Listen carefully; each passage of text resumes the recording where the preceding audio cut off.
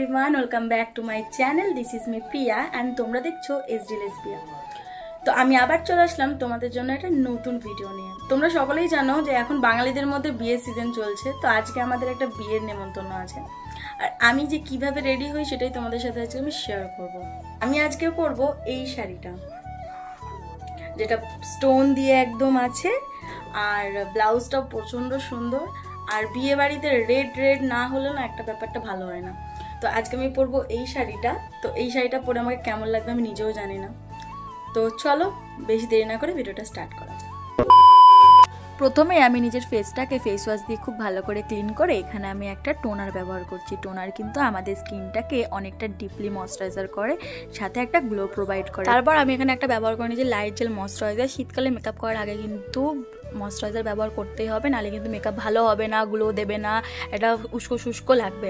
তো এখানে ময়শ্চারাইজারটা ব্যবহার করে নিচ্ছি। যারা অয়েলি স্কিন তারা জেল ব্যবহার করতে পারো, আর যারা ড্রাই স্কিন তারা কিন্তু অন্য রকম ময়শ্চারাইজার যাদের স্কিন অনুযায়ী তারা ব্যবহার করতে পারো। তো এখানে আমি তারপরে দেখলাম যে আমার মাথায় না প্রচণ্ড খুশকি হয়েছে। তো আমি অনেক ভাবনা চিন্তায় পড়ে গেছি যে কি করব। তারপর হঠাৎ করে আমার মাথায় একটা বুদ্ধি আসলো যে আগের বছর আমি যেটা করেছিলাম সেটা আমি করব, তাহলে আমার খুশকি চলে যাবে। তো কাদের এই খুশকির প্রবলেম সেটা বলো, আর আমি একটা ভিডিও আপলোড করে দেবো।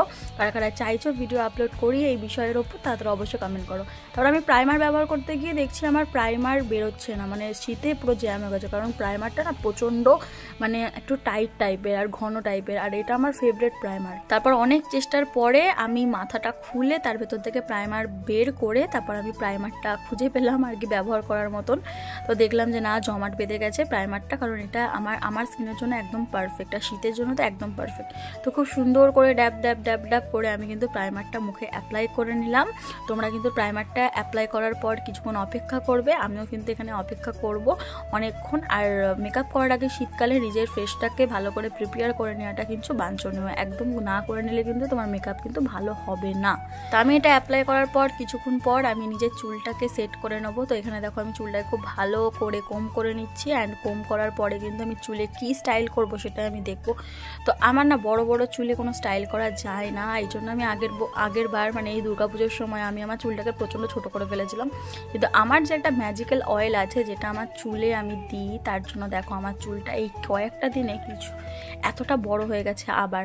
তো ম্যাজিক্যাল তেলটা আমার কিন্তু ভিডিও দেওয়া রয়েছে, অবশ্যই চেক আউট করে নিও। তারপর আমি সামনেই হেয়ার স্টাইলটা করলাম, অ্যান্ড আমি পুরোপুরি কমপ্লিট হয়ে গেছিলো। তারপর কেন জানি না আমার ভালো লাগছিলো না, তাই আমি পুরো মানে সামনেটা পুরো আমি খুলে ফেললাম।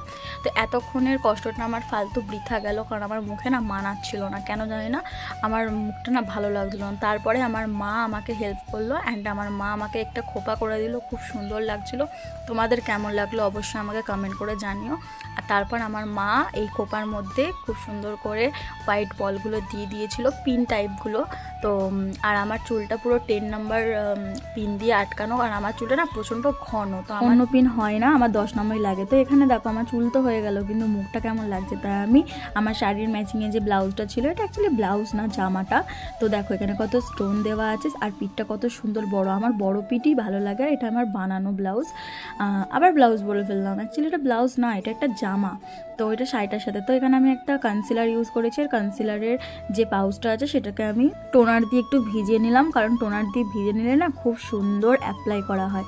তো তারপর আমি এখানে একটু ফাউন্ডেশন ব্যবহার করছিলাম, আর আমি আয়না দেখেই করছিলাম, ক্যামেরা দেখে না একটু উল্টোপাল্টা হয়ে যায় লাইটের জন্য, তাই জন্য আমি আয়নাতেই করছিলাম। আর সব থেকে মেন পয়েন্ট হচ্ছে এই জায়গাটা, আমার এই জায়গাটা এত বাজে লাগে।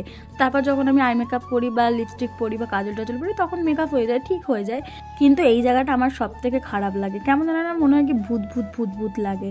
তো যাই হোক, আমার এখানে কিন্তু মেকআপ করা প্রায় ডান। এবার আমি একটা হার পরে নিচ্ছি। এই হারটা আমার একটা প্রিয় মানুষ আমাকে গিফট করেছিল, আর এটা হচ্ছে একটা গোল্ডের ওপরে পাথর সেটিংয়ের কাজ। তো তারপর আমি গাল দুটোকে একটু টমেটোর মতো লাল করে নিলাম, কারণ এটা হচ্ছে আমার সব থেকে মেকআপের ফেভারিট পার্ট। তো আমি দেখো গালগুলোকে কত লাল করে নিলাম, গোলুমুলু করে নিলাম, দেখতে খুব সুন্দর লাগে। তো এরপর আমি একটা ব্রাউন শেডের একটা আই মেকআপ করব, খুব ডিপলি করব না। আমি এখানে এই ডার্কের একটা ব্রাউন শেডের একটা কালার নিলাম, আর এখানে আমি আই মেকআপটা করলাম, হালকার ওপর করেছি, খুব একটা যে জোরদার করেছি তাও না। আর এখানে দেখো পিঠটা কত সুন্দর লাগছে, মানে আমি ভাবছি। তো দেখো এখানে আমার পুরোপুরি ডান। আমার আই মেকআপটা কেমন হয়েছে কিন্তু বলো।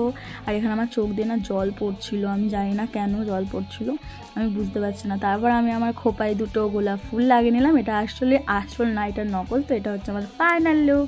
তো বলো আমার এই ফাইনাল লুকটা তোমাদের কাছে কেমন লাগছে। আর লাল টিপটা পরে অ্যাকচুয়ালি বউ লাগছে, বাট আমার কাছে অন্য কোনো টিপ ছিল না।